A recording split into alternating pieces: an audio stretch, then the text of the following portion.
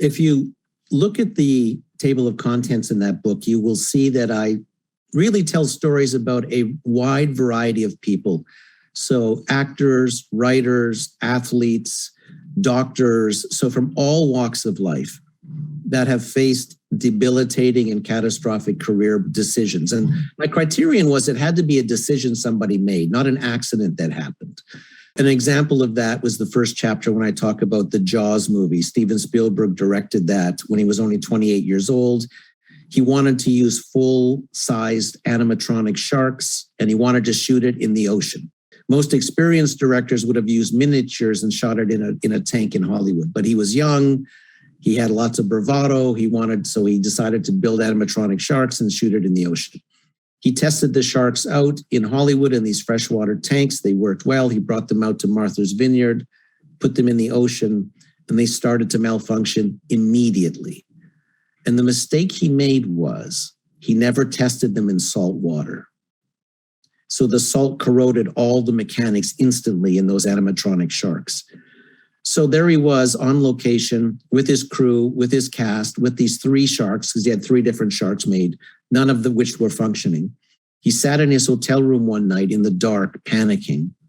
And then he asked himself one question, and the question was, what would Hitchcock do? And when he asked himself that question, he recalibrated the problem, and he realized that what we can't see is the most terrifying thing of all. So he quickly rewrote the script so we don't see the shark. We only see hints of the shark, like a dorsal fin. Or if you remember that scene, Trevor, where the shark pulls these yellow barrels through the water. And of course, the fantastic music theme that John Williams created, where the dun dun dun dun dun, the music would get louder as the shark got closer to a victim, and then it would get quieter as the shark swam away.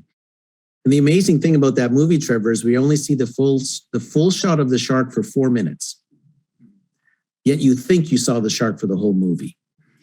So that chapter sums up the whole book for me, because Spielberg found the solution at the heart of the problem. The shark wouldn't work. So the solution was, let's not show the shark. And I think that recalibration of looking at this catastrophic mistake, a young guy thinking his career was going to end with his first big film shoot.